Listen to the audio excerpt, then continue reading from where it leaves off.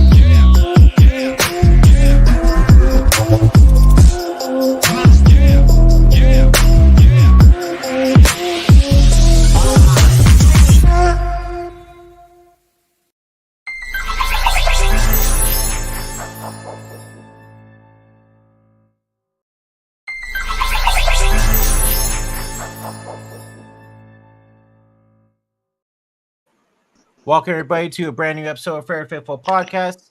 I'm Brandon Farino, and joined by me is my co-host Christian Dyer, Beto from Niner Sickness, Dion from Niner Gang Podcast, and we have a special guest in the house tonight. Christian, go ahead and introduce our guest tonight, please. This is my buddy Drew. Lives out here in Utah with me, but he's from the Bay. So, yes, sir. How's it going, Drew? Thank you for joining us, man. You ready to talk Niner football? I sure am, guys. Thanks for having me on. I appreciate it. No problem, man. All right, let's go ahead and talk about it. All right, so OTAs have started last week. The draft has passed. Everything's been going well. Let's get everybody's thoughts on what you guys have seen from OTAs so far, and what do you think is going to happen with Brandon Ayuk's contract situation, and how do you guys feel about Juwan Jennings' new contract deal? Dion, let's go with you first, man. We haven't heard from you in a really long time, so let's hear you from D. All right, man. Appreciate that. So we'll go with OTAs first, and then I think we can all speak on all those other subjects individually. Manly Shavers, what's good with you? So for me personally, I think OTAs have been going very well. Looks like everything, all the reports seem to be good. The only person I see that they say that's been struggling is Tanner Mordecai, our UDFA quarterback that we got. But, I mean, that's not a big deal to me. He's basically the fourth quarterback anyway, so I'm not really worried about the practice squad guy struggling. That's not going to bother me any. Heard good things about Ricky Pearsall. Heard some, some good things just about the team in general. Kyle and everybody is in love with the fact that Nick was able to show up and be there for these voluntary things. The crazy part to me was the man said that the shit we were doing is light work compared to what he's doing back home. So that just tells you that he's a whole nother animal when it comes to his training and whatnot. So I think OTA so far, from what I hear, has been pretty good. I haven't heard anything, negative about it. And I mean, it's just OTAs. They're just out there in shorts and shirts, with helmets on and just moving around. So I can't really take a lot from OTAs. But for me, as far as right now, I think it's been going very well. And I hope that it continues. I hope when, mandatory OTAs come through, that everybody's able to show up. We probably won't see BA, but we all understand why. So, you know what? Let's kick it over to our guest. Drew, how you been feeling about the OTAs and what's been going on? I don't take it super serious. Like you said, they're not even padded. It's very early. It's more, I feel like everyone's trying to introduce the new guys to the core. And one thing I thought was interesting was that rookie receiver Cowan. I saw that he was building rapport with Purdy as of late, and that he was hitting on some deep balls. I thought that was very interesting. I always think the Niners will go good on receivers, so I'm really not worried about that. I am worried that bringing in Pearsall and the few undrafted that we did, one of them is going to go. Is that Debo? Is that Ayuk? Or is it CMC? Are we not going to bring him back once his contract's up? You know what I mean? I don't know. I love BA, and I would probably take him over Debo because BA does not get hurt as much. I think with the weapons that we do have, Debo is the most replaceable because he's not a true one receiver, and I think we need that moving forward with Purdy. Ooh, that's an interesting take. I got to step in. I don't Before we think kick we it lose. up to the next person really quick, I like what you said, but I'm going to give you a spoiler. Next year, we're going to have a ton of cap casualties. Because Brock's got to get paid. Yes. Let me explain something to you. Jacob Cowing is Debo's replacement. I could see that. Okay. Nobody's Go going ahead, nowhere, bro. Beto. I'll go into that later. I don't want to take up anybody else's time, but I'm telling you right now, Jacob Cowing is Debo's replacement. Because if you, long story short, if you pay Brandon Ayuk, you can't have him and Debo on the same squad and pay both of them. It does not Absolutely, work you like that. can. Okay, Beto, that's your opinion, but I'll tell you right now. Look like this. Answer me this. Can you pay Brock Purdy, Debo Samuel, and Brandon Ayuk? Yes, sir. No, you cannot. Yes, you can. Because we're not Explain looking to at me. the. We're not Okay, looking tell at me the, this. How are you going to structure I'm Brock trying Purdy's to. contract? Because Brock ain't coming in for less than 50. He But see, coming in asking for the bag. that's where you're looking at it all wrong. You're looking at the big picture. You got to look at how it breaks down. You got to look what counts. What's the signing bonus? How many years is he going to sign for? Brock's going to sign for 5 years, so they're going to carry that signing bonus all into those 5 years. The main thing is what hurts us against the salary cap each and every year, not the amount. If he gets 50 million or 55, look at for example, Herbert's contract or Hurts. Excuse me, Jalen Hurts. The guy got a huge contract, but he only counts like 14 or 13 million against the cap every year. So a lot of people like to look at the 50 million or 34 million or the 20 million. Forget about that. Those are not real numbers. The real numbers is in the signing bonus and what's guaranteed. And what's guaranteed is broken up based on how many years you're signed in for. And your whole purpose is try to keep everything underneath the salary cap to more. So is it ideal to keep all three? Probably not. But can they afford to do it? Absolutely. You got a lot of faith in Parag and John, but I will say this. I do not believe they're going to be able to keep all three of those people together. I do think that they move on from Debo Samuel due to his injury history, just because you've got a guy like Jacob Cowing, and if Cowing can pick up the system well enough and impress Kyle enough to let him get some time on that field, and or if Debo goes down sometime this season and you see Cowing go out there and tear that shit up, I guarantee you they will offload Debo Samuel or they will trade him just strictly because you got to remember, I understand what you're saying about the cap and how everything is structured and what's really going to count against it. I hear you there. But at a bare minimum, Brock Purdy's going to count for roughly around a good $35 to $40 million in cap space every year. No. We don't have the money he'll count throw around to everybody. Like I understand your confidence in Parag and John, but no, it's just knowing the numbers. It's just knowing how the contract works. But take into account, there's a good chance that Purdy's going to take a team-friendly contract. He has. No, I feel like he's more Brady mentality where he wants to win. That's the question. Hold on, that's the wrong word to use. Contract. It's not a team-friendly. It's an ideal contract that benefits the team and him. When you put it, it'll be more.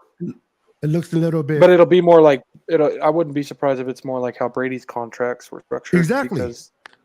But Brady wants to win willingly. You got to remember. Think about it like this. I think Purdy will though. That's personality he's shown. Let me give you a scenario. I'm a 7th round pick. I am Mr. Irrelevant. I go from that to the hottest guy on the fucking market. You know what my agent sees? Dollar signs. So who's negotiating my contract? My agent. I'm going to, I understand what you guys are saying about his character. His character fits what you state.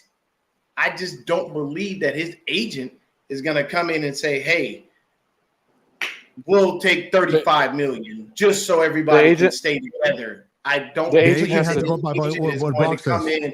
in and allow him to get lowballed like that. But it's I at think the end his of the day, numbers it's are up to going to be Brock. unfortunately astronomical, and y'all going to be confused next year when we have some cap See, but casualties. is it? I It don't might think not it's- be I don't think Brock will considered. get paid in the 50s, bro. Brock will get paid 50 or 55 million per year. There's no, for me, there's no arguing that. And he's worth it, in my opinion. But it's the breakup of that. I want to see the whole contract once it's laid out to kind of get an idea how it's going to affect us going forward. Not just the number that pops up the day one where he gets 50 or 53 or 52. I want to look at the whole breakup of the contract and how it affects our structure and what we're trying to build here in San Francisco based on every player. And that will define whether we can keep players or not. Now, whether they keep Debo or not, it won't be because of financial standpoint. It'll be more because if Cowing does step up and become that receiver, now they have the leeway to get some draft capital for Debo. So I can see them moving on that way, but it's not because of the financial problem. They will not be forced to get rid of him for financial reasons. Real quick, you guys, let's just say, because we going into this season, we are Super Bowl favorites once again, right? Let's just say we win the Super Bowl this year. Now that kind of counts into Brock Purdy's contract as well, right? Yep. No, I don't think so. That will balloon his numbers even more. That's what I'm saying. That's just like, so I get where Beto's coming from, because we have fortunately have had a great run with structuring these contracts so we don't get kicked in the nuts. Yes. That is those are 100% facts. I hear him on that. I'm just saying, from what I look at with the way that these guys are working, I don't see Brock going the Tom Brady route, because Tom Brady is literally the most grossly underpaid quarterback to ever touch a football. But he did that because he knew, if I eat up all the cap space, I can't keep Richard Seymour. We can't keep a Rodney Harrison. We can't keep a Ty Law. We can't keep a Julian Edelman. We can't keep a Danny Amendola or Gronk or Aaron Hernandez. RIP. But he knew that. And I'm not saying that Brock doesn't have that in him, but at the end of the day, the one thing that we have to understand is Jed gonna get paid regardless. He ain't worried about money. When you're a player, you have to get every dime you can out of these franchises. True. Because it will kick you to the curb with no hesitation and not think twice and replace you with someone younger and cheaper. So if I'm Brock and this is my first contract, look, man, I appreciate y'all wanting to keep people, bro, but I got to get paid too. I got a family. I got a life. I don't want to live with Nick Zakel forever. Let's just see how this season goes before we worry about his contract. $40 million is going to move you out. So the taxes are horrendous on top of the state taxes. So I already know I say we just don't. Whatever I get, pretty much a good 40 plus million a year, bro. That'll move you out of Zakel's room. Trust me. I say we just don't worry. We don't really worry about his contract this year because it doesn't affect this year. And offensively, we should be an absolute powerhouse offensively this year, on paper at least. So, but my bad, we got off track with that. Beto, what did you think about OTAs? I'm so sorry. No worries. It's a great topic. It's a good topic. I'm with Drew. I don't put no emphasis on OTAs, preseason games. I don't those games, especially without pads, bro. I mean, like running backs. How's the running back look? Running backs, you cannot evaluate running backs unless there's pads on. Give me a break. Exactly. If you want to look at how attractive they look with the muscles and everything, that's one thing. That's for a different type of fan base. But if you're looking at it from a football standpoint, you want to see these kids with pad. Now, what I like to see is who shows up, not because of what they do, is what is their mentality this year going into the season? Are they hungry enough? The whole Christian McCaffrey, I know he's getting married And I'm not here to judge no one, but I like last year, everybody showed up to OTAs, whether they participated. That's not the ideal. It's showing up, showing support, showing commitment, and I like that. But OTAs, it looks good. There's some things to look at, but there's no. I mean, like Drew said, seeing Brock throw the ball deep to Colin and Colin catching it, it kind of gives you a glimpse of what the future may look like. But until they put on pads, that can be a whole different story. Nobody's tackling. Is Cal going to get? Is he going to be able to separate once the pads come on? We have to wait and see. I mean, Danny Gray's gone with that draft pick because he had one of the fastest 40. He has one of the fastest 40 times, didn't he? Calling. Didn't he have one of the fastest 40 times there? I'll just tell you this: I wouldn't be shocked if he makes the roster. I'm not saying he will, because I think Gray will. I think he'll replace Gray. Shocked.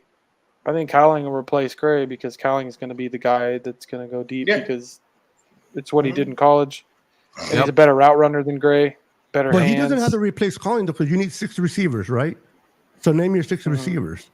So you'll have Jennings, Ayuk, Debo, Ayuk. So you got Jennings at top 3. So yeah, and then you got Pearsall. He's the first pick. Calling. So he's 4. Calling and Bell.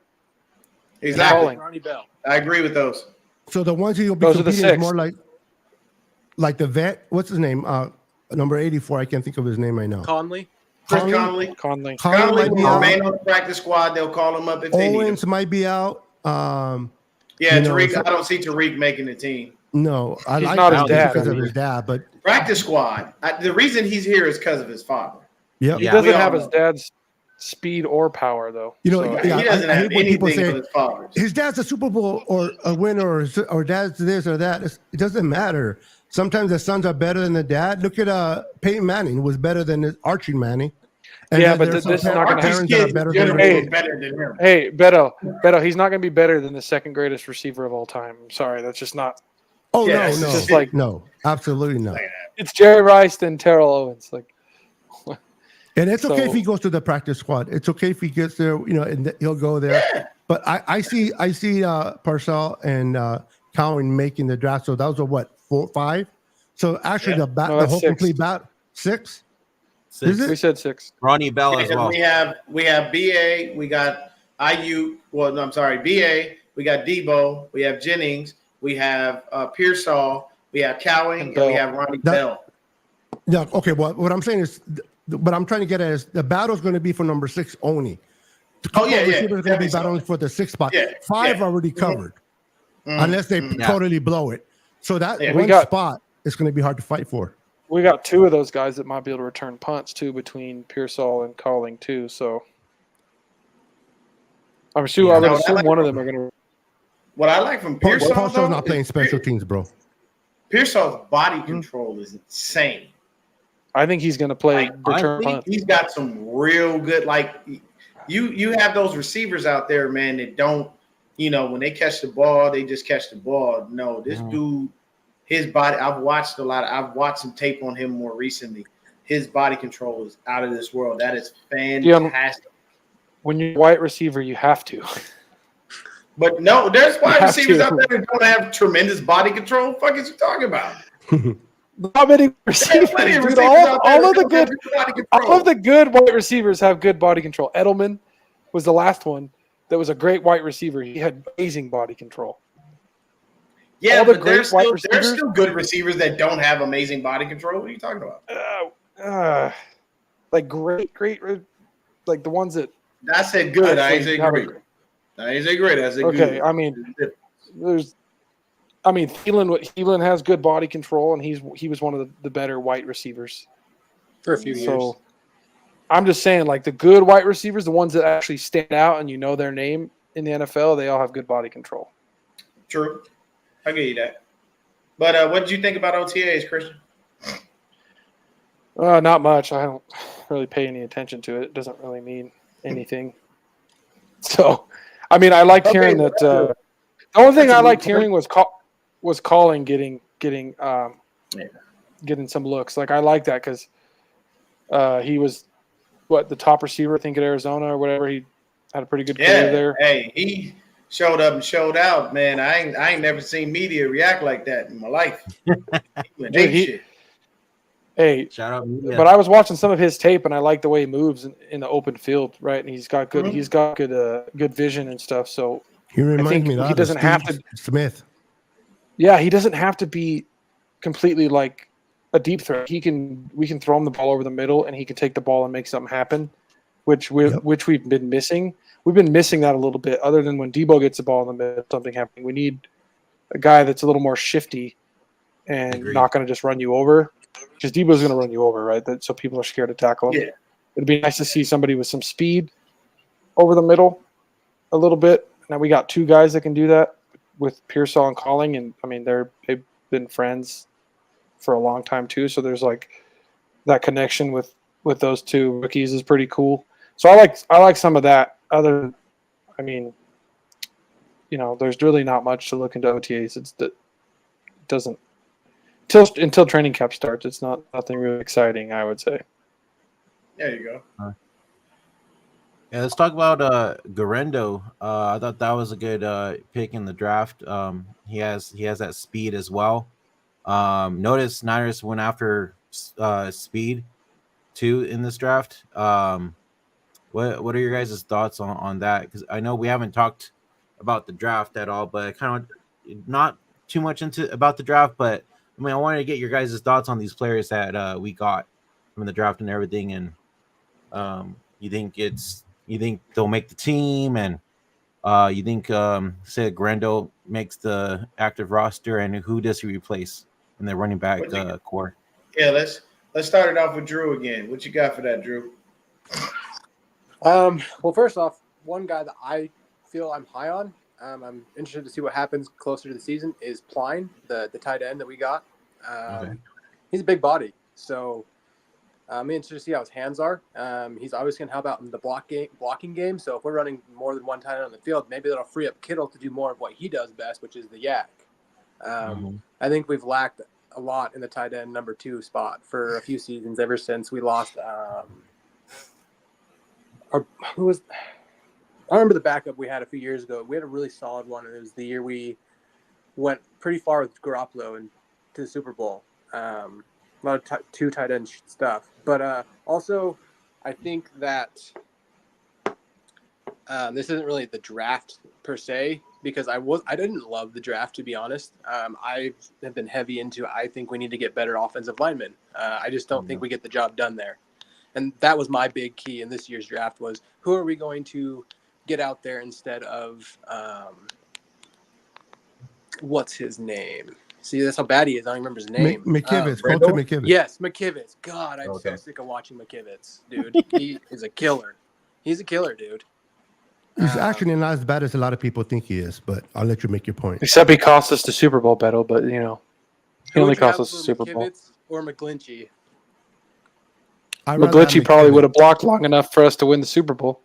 No, I'd rather have McKivitz over McGlinchey any day because of the money. I feel like McKivitz is good in the run game. McKivitz is a damn good run blocker. I mean, no, I'm talking about the money wise. Okay. Also, I think that this is just to the OTAs thing. I wanted to hit on this. One thing I really liked, Bosa showed up.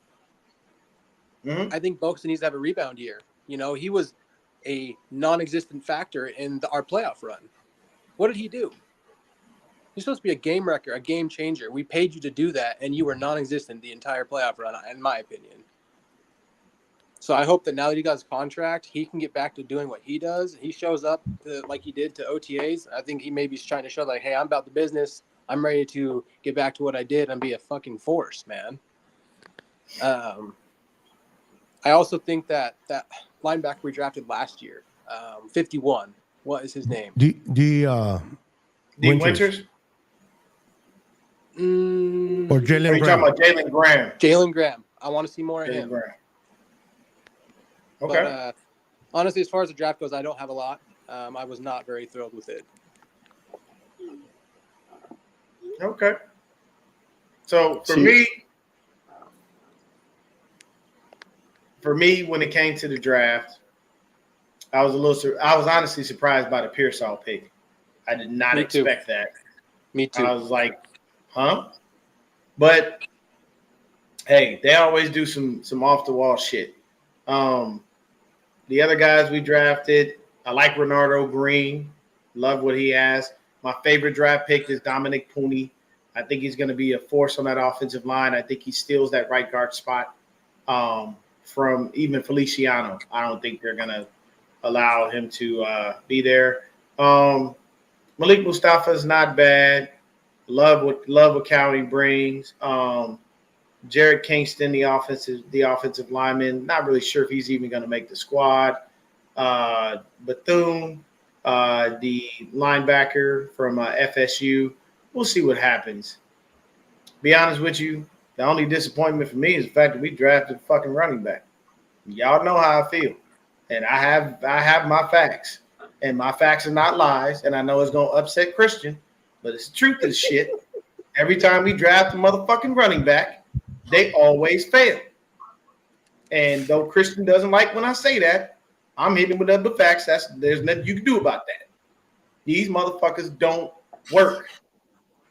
I love what Isaac Guerrero is. I've seen his tape. That kid is going to be an amazing running back. Yep. I don't know if it's going to be here because we have a head coach who has tunnel vision and doesn't see anyone outside of Christian motherfucking McCaffrey. So who could he unseat? I mean, we should have been cut Elijah Mitchell. He can't stay healthy to save his life. Honestly, yes. I think you're talking about the 3 running backs that we keep. It should be Guerrero, CMC, and Jordan Mason. I think that's a great triple threat in the backfield. Mason is your banger. Guerrero is your home run hitter. And CMC is your do-it-all guy. So you have all elements.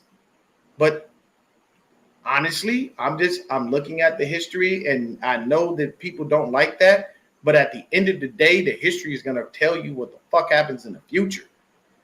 And unfortunately, history, when it comes to drafted running backs, while Kyle Shanahan and John Lynch have been here, has repeated itself.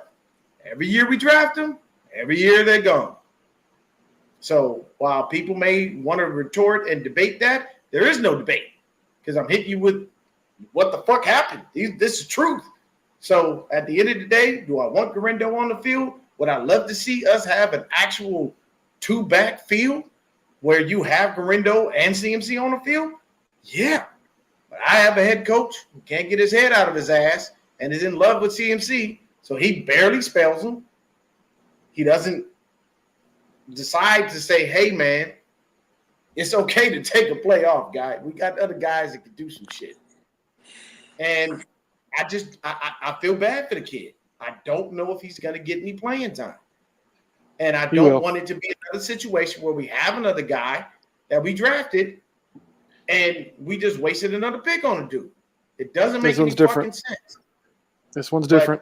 Well, we don't know if he's different. No, we hope he'll be different. He was different. Okay. I've explained this already before. Christ was different. I've explained it. Difference makers. I explained. They never got on the field. I explained this to you already, Dion, plenty of times. And I've explained this to you. You're never going to get me to agree to what you think. In football and I'm terms. not going to get you to agree to what I think. That's an agree to disagree. At the end of the day, I have the facts.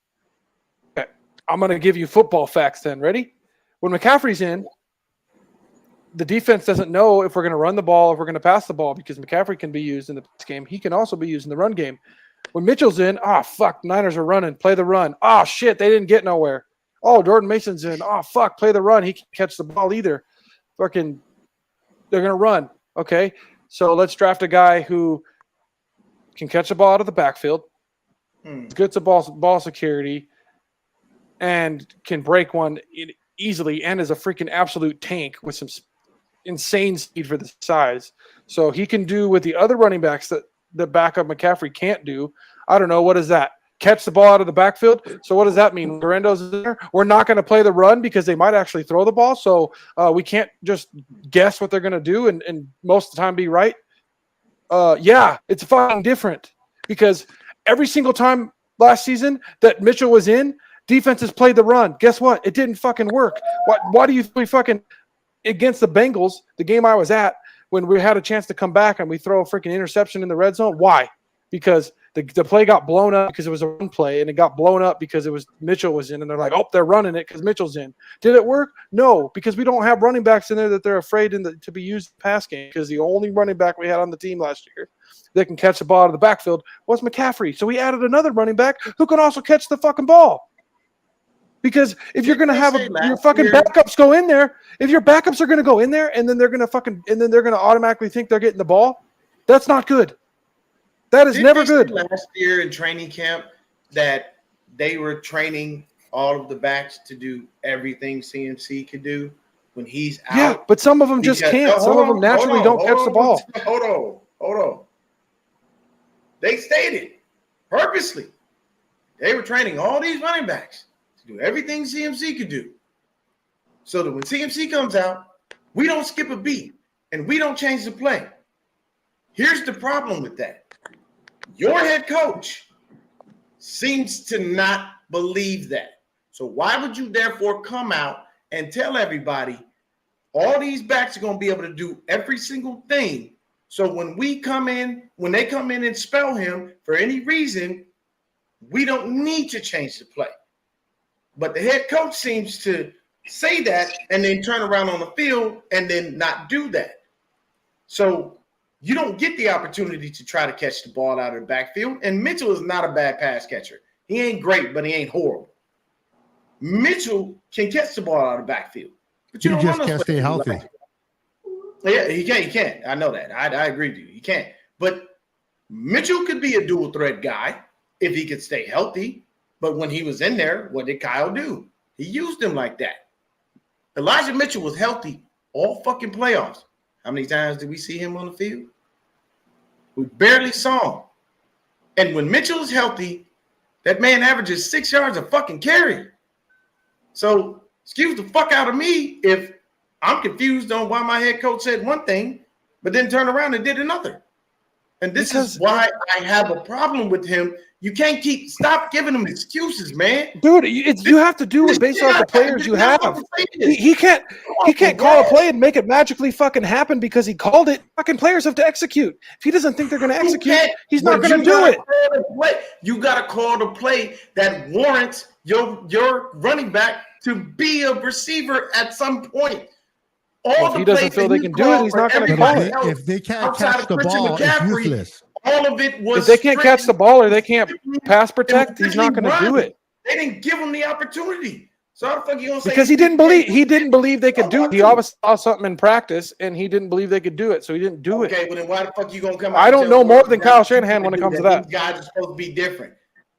At the end of the day, I'm sorry. Because this guy we drafted tape shows with those dudes.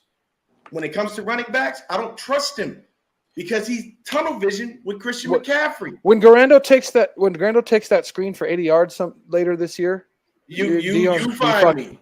Deion's going to be fucking just all over it. He's like, "You're right, Christian. You're right." Somebody's going to be holding receipts. Oh yeah! Well, please hold that receipt because I guarantee you, if it don't happen, I'll be right here in your ass. Hey, I think Garando is going to get used a lot more than these other running backs that we've drafted in the past years have. Yeah. I think Kyle sees the. Hey, from the past, it remains to be seen. I'm not holding nothing on that. I think Kyle sees a little bit of Moser in him, to be honest. He's bigger and stronger, though. Look, I don't ever want to hear what Kyle sees because Kyle had a chance to draft a quarterback in 2017. This motherfucker said he saw something in CJ Beathard, but had the nerve not to study the top QBs in the draft. But CJ Beathard caught your eye. Dion. Because none of those quarterbacks were known. Nobody knew what they were going to become. When the Niners hired Shanahan, who was in the Super Bowl?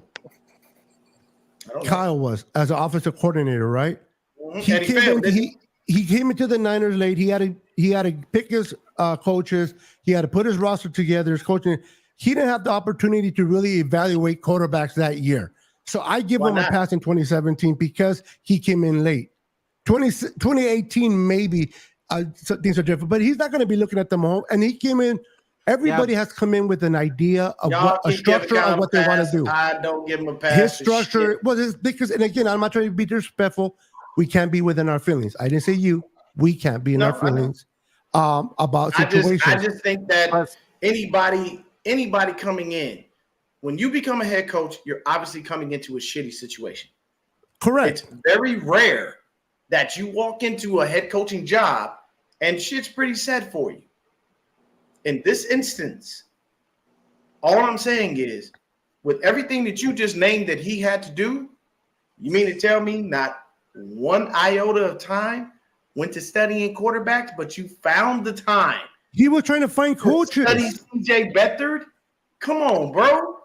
I don't think he studied Beathard. I think he just took a flyer on Beathard. Let's be honest. Motherfucker said he saw something in him. Okay. You randomly see something in a guy. So you choose to believe like, Shanahan on some things he says and some other things he says you don't believe. What is it? Either you believe his ass or you don't. I'm confused. You can't pick and choose what you believe. I don't know. You said you believe. What I think is funny is holding any drafting on anybody, because draft is a crapshoot. Yes, the percentages show it's a crapshoot. Those just tell those are the same. Dude, Mahomes wasn't rated high. On Brock Purdy, Mahomes wasn't rated high on his second year. Would you put that money down? Yeah. We didn't know how Mahomes was going to be. Mahomes wasn't even rated high. They were saying he was pretty much had won 2 championships back to back. We kind of knew what he was at, but Mahomes really. Hey, yeah, at the end of the day, any head coach coming into a new situation without a quarterback in place, knowing they're going to let the current quarterback that is here go, would find themselves a quarterback, because that's how you usually start your franchise. Yeah, guess what happened? Hold on. But guess what happened? We were told not to draft, and who got drafted on the fact that he was a fucking Stanford Cardinal. So come on, people. Come on. Guess what happens when you draft? What are we doing? You come your first year as a new head coach and you draft a quarterback and he stinks. You get fired the next year. That's why he didn't draft a quarterback. Kyle didn't get fired for drafting Trey Lance and fucking off all them picks. That's because we were still good. He already had that was a rare occasion. That was a rare occasion where we still made the Super Bowl after making that decision. Why wouldn't 2017 would tell us different? Okay, Dion, you said earlier that no coaches come into great situations. Yeah, we were trash. Into bad situations. We were trash. Kyle Shanahan and John Lynch came in 2017. Remember, when Harbaugh came in, he took over a hell of a good roster and got him to the NFC Championship and a Super Bowl appearance. When Shanahan came in, he totally blew everything up, kept maybe 3 players from the old roster, built the shit up, and got to 2 Super Bowls and 3 NFC Championships. Yes, we didn't win, and that sucks. But you don't go to building a team and then within 5 years you appear in 2 Super Bowls and 3 NFC Championships. That's one hell of a job between those 2. Whether you like Kyle or not. A lot of coaches don't do that. Look at Dallas. Dallas can't even sniff a freaking NFC Championship game. The Cowboys. I mean, there's nothing else to be said. No, I hear you, but there's other teams they can't sniff. So I understand Kyle made some bad choices, and let's blame Kyle on a lot of things. I'm not saying Kyle is unblameable. He is blamable of a lot of shit. But you got to give credit to, at least people should. You come in, you start a new team, and then within your first 5 years, you make it to 2 Super Bowls and 5 NFC Championship titles with only 3 of the previous roster, and you build that shit from the floor up. That is hard to do. That within itself, whether you like the coach or not, is an accomplishment. Would have been nicer if they would have won a Super Bowl. Yes. I just need him to accomplish the final fucking thing and get the job done. We still need to win, and that's the problem. If we wind up against Patrick Mahomes again, I might as well go to Vegas and bet my money on the Chiefs, because he can't seem to beat him regular season or playoffs. We all know how that is. I'm calling it. Yeah, it has been kind of shitty that we have to go against the team that gets the refs side every time in the Super Bowl. That's for damn sure. You know what's funny? I know everybody would call me conspiracy theorist, but the one time Mahomes went up against a guy that's going to get the refs love more than he is, he lost. Oh, the only guy the refs will side over on Mahomes was Brady, and he lost to Brady. Yeah. Yep. Yeah. He got help. He got ref help to help him beat the Eagles. He's got ref help to help us beat us twice in different circumstances. the first 2019 being way worse, but still, like, two seasons, two Super Bowls. I will never give that up. 2019 is on Kyle because we ran that Super ball Bowl all playoff season long, and this motherfucker decided to start throwing the ball with Jimmy Garoppolo of all people. Yeah, in the damn Super Bowl. They were putting it in the box, bro. Now look where he's. I don't care. Tell me this. Again, they couldn't stop the run. These players came out and said straight up, "I'm glad they stopped running." They said this after the game. They did. Who cares what they say? So I know, but I'm telling you, you stop giving this thing a pass. Kyle fucked up no. in that game. Beto, we should have kept running.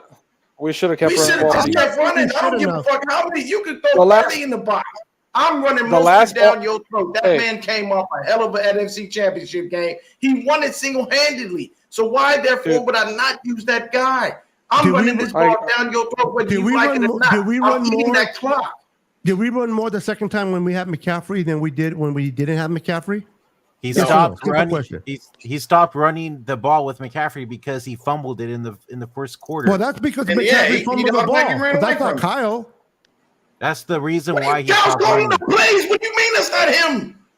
Oh, so he equate that to him. Okay. So the play was give the ball to McCaffrey. McCaffrey, you make sure you fumble it at this point. That was the play that Shannon called? No, you're being cynical, man. No, I'm being honest. By that, bro. Come on now. Shit happens. I'm saying, but shit, shit happening in the Super Bowl doesn't mean that it's okay. It's not to be condoned. Time out. Hey, that's why he stopped running because he didn't like it. Go back and watch that Super Bowl. I did. Yeah. The last run we had. And watch all 22. It's even worse. Hold on. The last run that we had was a 5-yard gain that if he breaks that arm tackle, right? If he doesn't get tackled and breaks it, it's an 8-yard touchdown. We win. Then we don't. It was that close that there was enough room that it would have been an 80-yard touchdown. And then we didn't run the ball in at all the rest of the game. I don't care if they were stuck in the box. There was runs to be had, and we stopped running the ball. That comment right there. That comment. Well, it's bad luck for Greenlaw. But how did Feliciano? Because he went down, and we didn't have a right. Yeah, he was playing better. He was playing better. You remember that play? You remember what happened, right, Beto? I got you. I forgot he got hurt. I forgot. And Burford got hurt. That killed it. But Greenlaw sucked the win. And Burford came in. To Juwan Jennings. And Burford blew the call on. Oh my God! He didn't even know the fuck he was blocking. Yeah, I got you. Okay, bro. You know you from that perspective, Kenny, I got you. Greenlaw's injury sucked the win. I forgot he got hurt too. The defense lost their heart and soul with Greenlaw. Kelsey couldn't do shit while Greenlaw was in there until Greenlaw got hurt. And that was another thing that the Chiefs players did. They caught them on the sidelines rejoicing when Greenlaw couldn't come back. They're like, "Woo, 57 gone. Thank God." Because that's a hurtful. Go nowhere. And man, I'm telling you, dude, we're snake bitten. We have some bad luck, man. Because I mean, that's last two Super Bowls are bad. But that you can't put on Kyle, bro. No. Did Greenlaw going down? You can't help. You can't do anything. Neither Feliciano either. The only thing I'll say is that muff punt. Burford should have prepared himself a lot. So can we all agree on this? Instead of fucking himself on that, Burford screwed up, right? Can we all agree on that? Oh, 100%. Okay, so what did Kyle do? What did Kyle do? He upgraded by getting Pooney. So he's trying to fix shit up. Now, Pooney is about to shock all these. But that's what I'm saying. But that's Kyle's decision, though. No, so Kyle was trying to improve. Yeah.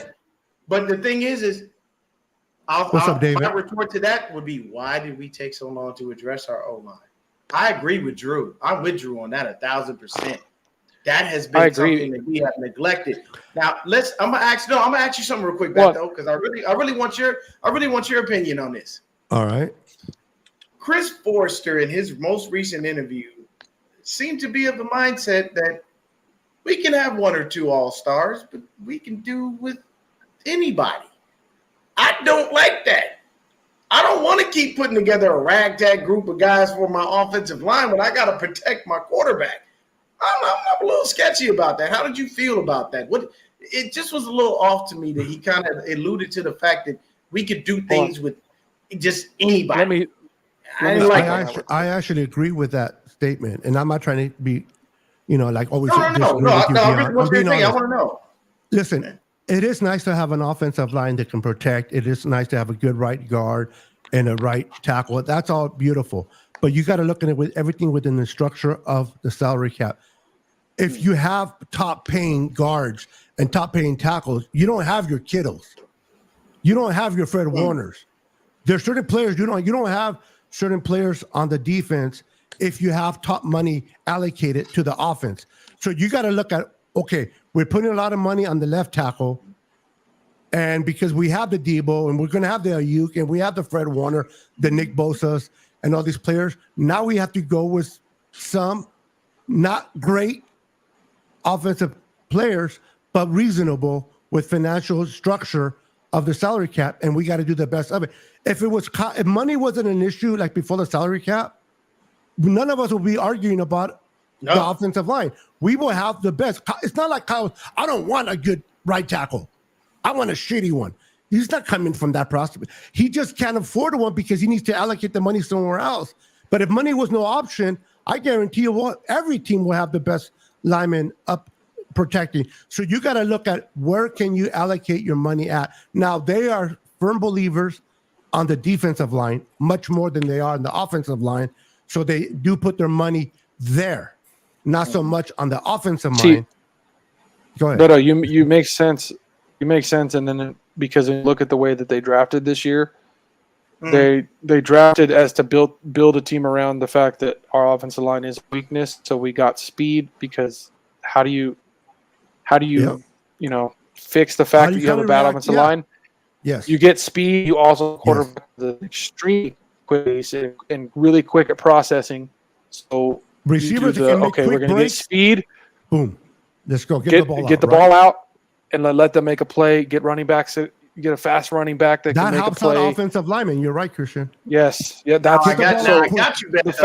The fact that they felt that we can't fix the offensive line. The fact that we can't fix the offensive line. You're my boy, Dion.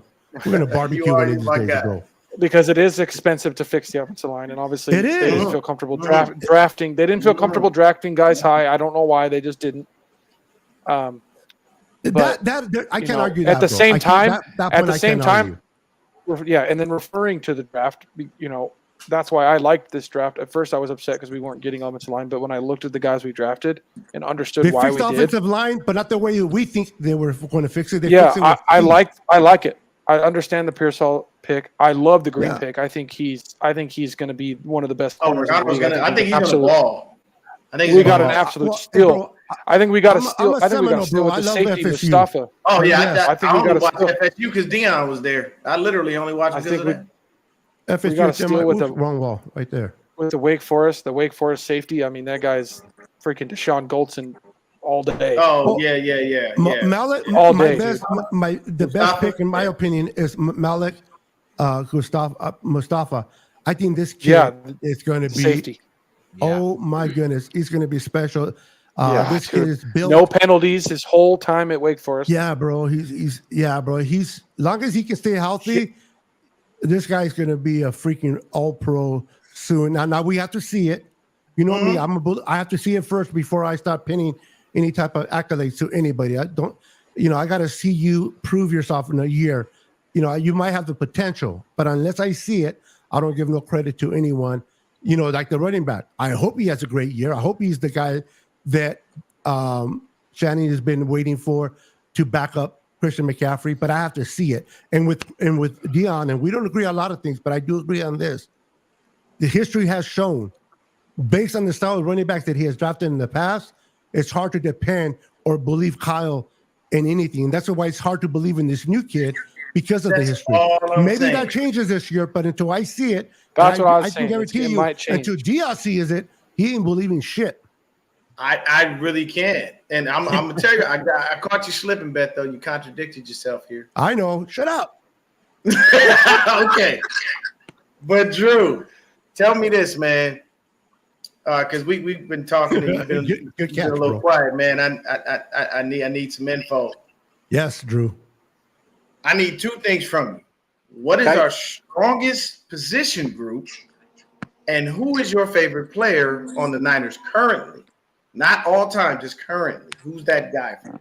All right, Drew, before you answer, just real quick, I wanted to point this out. But Drew low-key looks like CMC. I'm sorry, but I've been wanting to say it all show, but he low-key does. I can see it. I can see it. Hey, man, look, go to the wedding. His wife is fine. Go to the wedding. Yep. you met Drew's wife? No, I said, see, he said he looked like CMC. I said, go to the wedding. I want you to speak to her. I know. So, God damn it.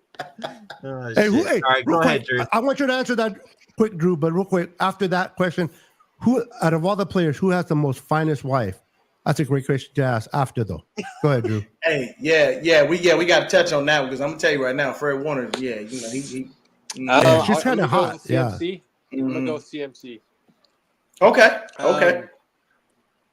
I use Check's girl's pretty good looking, but she's just too skinny for me. I like this guy already. All right. He wants to meet on it. He said the magic words. She's too skinny. Right, exactly. He said the magic words. Drew, you already a great guy in my book, man. Love it. Appreciate it. George Kittle's girl looks like she's way too tall. Just because I'm a shorter guy, so she's almost tall as him. You're down. Yeah, she's tall. She's tall. I seen her barefooted standing next to Kittle, and she's like this small, little bit shorter than him. I'm like, God dang. Oh yeah, that's a tall woman. Or no, she might be even over 6. She played basketball at Iowa, so yeah, she did. So she got to be at least 6 feet at a minimum. I'll take any girl that Bosa dates. Nah, I don't want none that Bosa dates. You don't think so? No, he makes. I can't imagine Bosa dating anybody ugly, bro. Okay, now listen to me. His last girl, she was top heavy. That's all she was. She really? Had no ass. I don't know what she looked like, so I saw her on Instagram and I saw her on Twitter. She looked like what's her name? Wait, oh my God, Embo. Dolly Parton. Yeah. Top heavy. Top heavy. That's it. Ain't nothing. Wasn't nothing. And then the sad part was she was racist too. Oh shit. He had to get rid of her. He had to. She was doing some shit, and Bosa was like, "Yeah, I can't. Look, I already had my issues in the beginning. I'm not fucking around with this. You got to go." But put that one on there, Brandon. Me and Dion, we agree with Manley or the one Fred Woman's lady, man. She didn't even look fine pregnant. Hey, Fred got a good one. Warner's lady is. Did you guys know she was on? Gorgeous. Did you know that she was actually one of the contestants on what do you call that? The Bachelorette. Wow. Oh, okay. Yep. Didn't know that. Yeah. She got kicked to the curb. Back to Drew. Wait, hold on. We got to get back to Drew. So he gave us CMC, and then who's our strong? What is our strongest position group? You think? That's a tough one. I'm going either. Obviously now the receiving core, but also I want to say linebacking core when Greenlaw's on that field. Between the two out of your 3 being that good, how could you argue that? I don't know. Those are my 2. I like it, man. I like it. That is fantastic. See, I think our secondary is. I'm a Huff guy. I can't wait for him to get back on. You're going to take the secondary, bro. That's why he's. I love Huff. So do I. Dude. And I think once he gets back on the field, I think him and Jair, we're gonna wreck some shot, boy. They coming across the middle of that field. We're gonna go back to that being called the kill zone. When we had Goldson and Hittner, yeah, people wouldn't come across that middle. They didn't want to die. It was those were painful hits. Mm-hmm. But I'll ask you another question because I put this poll up on Twitter, and about a good 56-57% of people, agree with what I'm saying. You see what Joey wrote? What? Brandon left. Now I like the video. Wow! Shit for that. Joey's a whole asshole. I'm sorry, dude. I want to ask you this. if we get to another Super Bowl and we don't win, do we keep Kyle? That'll be 3 Dion, L's. Dion, I still haven't got over this other one. Let me ask him. Just let me out. I just want to know his answer. That's all. Relax. I know that's your coach and you love him. Give me a sec. I just want to know. What would you think? That's 3 L's. Would you fire him, Drew, or would you keep him? That's a tough one, and I'll say why. Coming from where we've had coaches in the past, Tom Sula, Chip Preach Kelly, it, brother. Secretary Mike Nolan. Yeah, we have a very, very good quarterback or offensive-minded coach. I think he gets into his own ego sometimes with his play calling. But the best of them do. Yeah, and they all do, exactly. And I think if we go and lose again, if there is an option that is better, most definitely. But I just don't see there being a better coach out there, honestly. Preach it, Drew. I don't know. I would hate to lose him. Valid points, bro. Because there isn't, unless you bring I respect it. I respect it. I'm not trying to sway his decision. I wanted to know what he thought. No, you wanted his answer. I got you. I truthfully just wanted his answer because everybody, if you ain't seen me, Drew, everybody knows I don't like Kyle Shanahan. I don't. I understand the winning and all that shit, but I see everything as a whole. A lot of people will see the winning and that we're continually contending and all of those things. For me personally, I just don't like the fact that when we get to the big one, he's falling apart, and it's driving me insane because when you think about it, we started out as a franchise 5-0 in Super Bowls. We are now 0-3. Yeah. 2 of those are on Kyle. One's on Harbaugh. But it kills me inside as a fan because I don't want to see us make it that far only to lose. Most definitely. It's like that. That's the hard part. Everybody's like, well, you don't want to see us make the playoffs. I'm like, no, I want us to be the playoffs. I want us to be contenders. I want us to be in the mix, but we got to get the fucking job done at some point. I don't want to continually watch him stand on the sideline with that dumbass grimace on his face and he's taking another L. Kyle Shanahan is literally the opposite of his father. His father won 1 Super Bowl as a coordinator for us, and he won 2 Super Bowls as a head coach. Kyle was literally his and lost 1 and lost 2. Like, it kills me, man. It hurts me, bro. It really hurts me to the core because I really love this team, and it just drives me absolutely insane that he gets there and the job just never gets done, man. And hey, just real quick. It's just, I swear to God, it's literally just been, it's been some bad decisions, but God, it's been some bad luck in both Super Bowls. Some bad I don't care about luck. Luck don't mean shit. Luck ain't a hey, just real quick. The muff punt, Speak that doesn't up, happen. Brandon. The Chiefs. Just real quick. Go ahead, Brandon. Go ahead. Fuck Joey. Okay, I was gonna put that out there. Fuck Joey. I hope he goes and burns in hell. Okay. Number one, hey, tell him, Brandon. Brandon, tell him number one keyboard warrior out there. Oh my God! Talk shit behind the keyboard, but can't say shit on when he's on live. I met Joey on video, and he was totally the opposite of Joey. on Quiet as a mouse. Shit. Got him on video. I'm like, when holy he shit! One more time, bro. One more He's time. a whole thug. Fuck Joey. I thought I was going to meet the Fawns, and I met freaking Howard Cunningham. Shit, dude. Shit. Oh my God! No offense, Joey. All right, so look, Joey's let's do this. Let's wrap it up. Let's do this. Let's play with Let's the dance on the dance floor. Bit. I'm gonna ask everybody, and I'm gonna start with Brandon. Stop it, Joey. Stop it, Joey. See, I don't need sound effects. I do that on my own. That scares me, bro. That scares me that you can do that. So we're gonna start with Brandon. I need you to put together our starting offensive line. Right now, Brandon. Put together our starting offensive line. Mm-hmm. It should be easy. He don't know. He's looking at the internet. Stop looking. We got Williams. Mm-hmm. We got Banks. Banks. No, yes. don't help him. Force him Banks. to No, know. We left gotta guard know. Banks. Okay, we got big boy Banks. Then we got Brindle, and then I'm going with Pooney right there on the right guard. Okay. And I think I'm sticking with piece of shit McKivitz. I want Okay. to say Feliciano. What about you, Christian?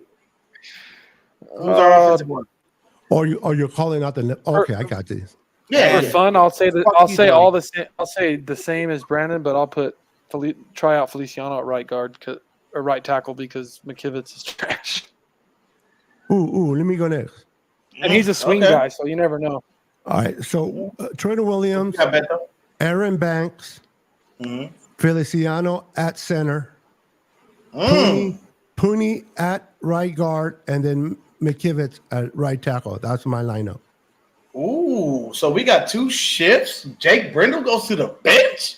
Yes, I sir. like this. What you got, Drew? Damn. I think Kyle Shanahan's going to go with Williams, Banks. I think he's going to stick with Brendel because of his last few years being there, knowing the system and everything. I think Feliciano is going to start in right guard, and I think they are going to go with McKivitz to start the year. Now, granted, injuries always happen. I'm not saying I wish anyone to get injured, but I want to see Pooney in there for sure. But Kyle's going to go with his core that he had last year. I really think, though, at least to start the year. Now, keep in mind, Brendo has a knee tendonitis that is really messing him up. Yes. And that can be the reason why Pooney I see can play center too. someone step up in the center. So Pooney's guaranteed to make the team because he's a Swiss Army knife. He can put him at center and Feliciano at right guard. If it ain't Feliciano, then I would like to go with Merchant, the center from Michigan. I know he's small, but the guy's tough. Hey, chat. He's a tough dude. I agree with you on that, Beto. Pooney's athletic, though, so he can pull. Yeah, that's what I want on my guard. Pooney can pull. Yeah, he can pull. But you can have the center pull now if you have him at center, and then you can have Feliciano, who's athletic, also pull. But do you want to depend on a rook? Oh, well, they are rookies. Anyway, that's not. Yeah. Either way. The center's the quarterback of the offensive line. Do you really want a rookie making calls? They are. And this is why I can see Brendo starting another year unless his knee is affecting him. Not because he's better. This is why I wish that Weston Richburg had a healthy career because that motherfucker cold, bro. He just couldn't stay healthy. He reminded me of Saturday for the Colts. Bro. Because when he was in, he was money. That shit killed me that he couldn't play. I'll say this for me. I'll go Williams, Banks, Brindle, Pooney, and McKivitz. I just think that Pooney is going to show Kyle something he's just not going to be able to ignore. I'm really high on that kid. I think he is going to be a monster. And to be honest with you, as an honorable mention for right tackle, put Spencer Burford back in his natural position. See how he does. What's the problem with trying to see what he looks like in training camp? We rotate the offensive line all day anyway, So that's what I think, honestly. The line stays exactly the same, just that Pooney slides in at right guard. And that to me might be the big thing. And real quick, a shout out to Ma Lopez. Welcome to the chat, girl. I had a long time. Hello. I'll say this. Now this one we're gonna start with Drew. We're gonna go up and around. We're gonna start with Drew, we're gonna go to Brandon, and I'll come back down. Christian Ray trying to dip. What the fuck are we gonna do about this Brandon Ayuk contract? Because I'm tired of watching these receivers keep getting fucking paid and running the goddamn tab up, and we're still sitting there twiddling our fucking thumbs. Because we don't have money. We have to wait for June 2nd. I know, Beto, you got it. It's coming to you, baby. Oh, sorry. Okay. It's all right. No, I'm gonna kick it over to him, and then we gonna rotate. Just call me the Mexican pendejo. I know you got good points. Just call me the Mexican pendejo. Sorry. That's all right. You're my pendejo. That's all right. Oh, okay. Now I'm gonna be like Brandon. Wait, hold on. Everybody put your mic up here. Everybody put your mic. Fuck you too, Beto. Brandon's like, somebody will not be seen either. But go ahead, Drew. What do you think about this I love VA you, Brandon. situation, man? Because we got a lot of receivers getting paid, and they're just running these numbers up, man. We are getting fucking kicked in the ass. I feel like an idiot, Dion. Go ahead, Drew. In my mind, you pay him and you get rid of Debo. Plain and simple. Thank you. That Plain and simple. I don't need to go because he said what I was thinking. Note to self, like I tell everybody else, don't play around in here. There's wild shit going on in there. You don't want to be in there too long. But that is it. I love it because at the end of the day, we got a guy who gets injured a lot, and we love what he does when he's healthy. But you got a replacement. I think Cowling is the replacement. B-Dubs, talk to me, man. What we gonna do about this damn contract?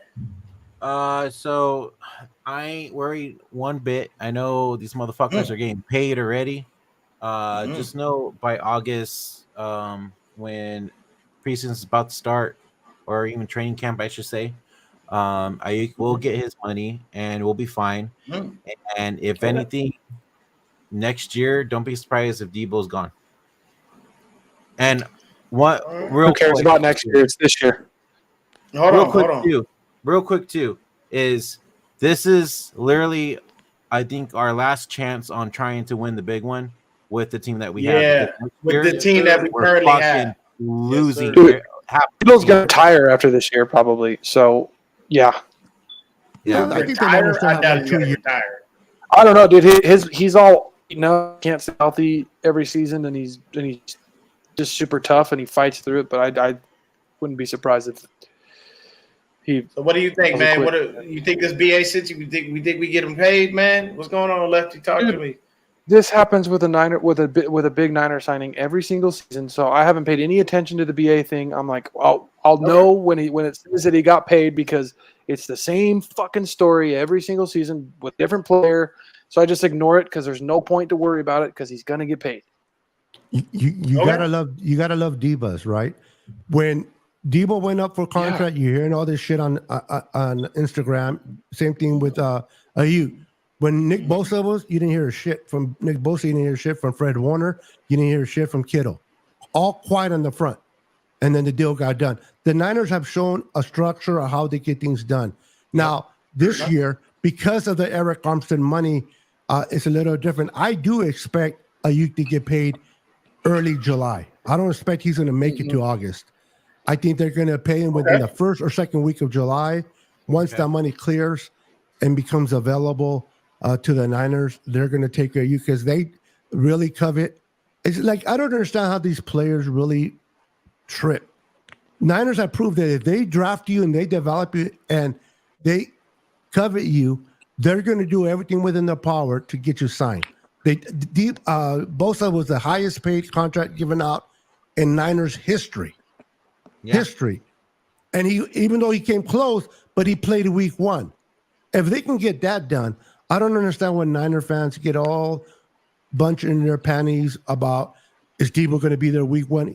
They understand the timing between him and Brock is important. Trust me, he'll get signed. He'll be part. What happens to Debo this year or next year? That's something that we'll have to wait and see. He can go, he can stay, but Brandon will get signed, and I expect him to get signed week 1 or week 2 of July. Mark my words. Save the receipt. Okay. I got it. Okay. Debo will not go anywhere this season at all. Putting that out there. No. So no. I'm gonna ask y'all another question. We see this every year with the Niners when it comes to a contract. So with Mr. Purdy, will he be on the field week 1 next year, or will he still be holding out? Because you're not going to play with that guy. I think he'll play. It's this year. I think he'll. Look at how quick we were able to give Jimmy Garoppolo his money. Purdy has been way better than Garoppolo. I didn't even deserve it. Hey, Drew, that's a good point, bro.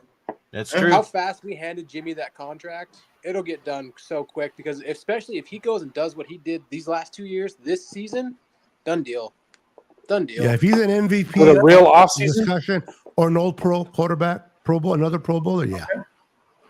All right. Yeah. They ain't messing around with him, bro. That's Okay. the engine of a car, bro. You don't mess with the With engine. his story and everything, no way.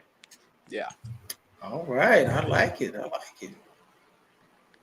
Well, hey, guys, I got to get out of here. I don't know if y'all going to stay on and hang out for a little No, bit. we're ending I it right got now. a jam too. The wife already All right, texting me so- left and right. All right, that's gonna do it for us. We're gonna end it here. Faithful, thank you for joining us in the chat. Appreciate Yes. the love Thank and you, support. everybody. And we're back, ready to go for this season. And Drew, just to let you know, man, you're more than welcome to join us this season as well. Anytime, brother. We love guests. Nice to joining our meet you, show, brother. so- It was Yeah, an very honor nice be to on meet here, you, man. I appreciate all of you. It was Hey, awesome. So I would And get definitely into if you let camp, me. fool. Get into camp. I want to see you in camp. Forget getting married. Yeah, man. Yeah, CMC, don't be coming in here hanging out with us. You supposed to be ready at training camp, man. What are you doing? Yeah.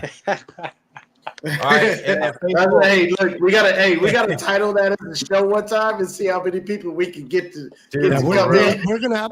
Let's see how fast they figure Like, it out. hey, We have a guest. we got Kristen CMC on the McCaffrey. show, like straight Put- up, and see how put- many Yeah, okay, Drew, you got to do that. Put your name as CMC, and then in our title, we'll say special interview with Bro. special guest CMC. That'd be perfect. I've got that'd a 23 be- that's jersey, gonna be some Niner hilarious jersey. shit. So I'll get a buzz cut and it's done deal for fun. All There right, you go. There it is. We good. All right. We solid. chat. Make sure you hit like and subscribe on all channels. All descriptions below. And then until next time, guys, go Niners. Peace. Go Niners. Adelante.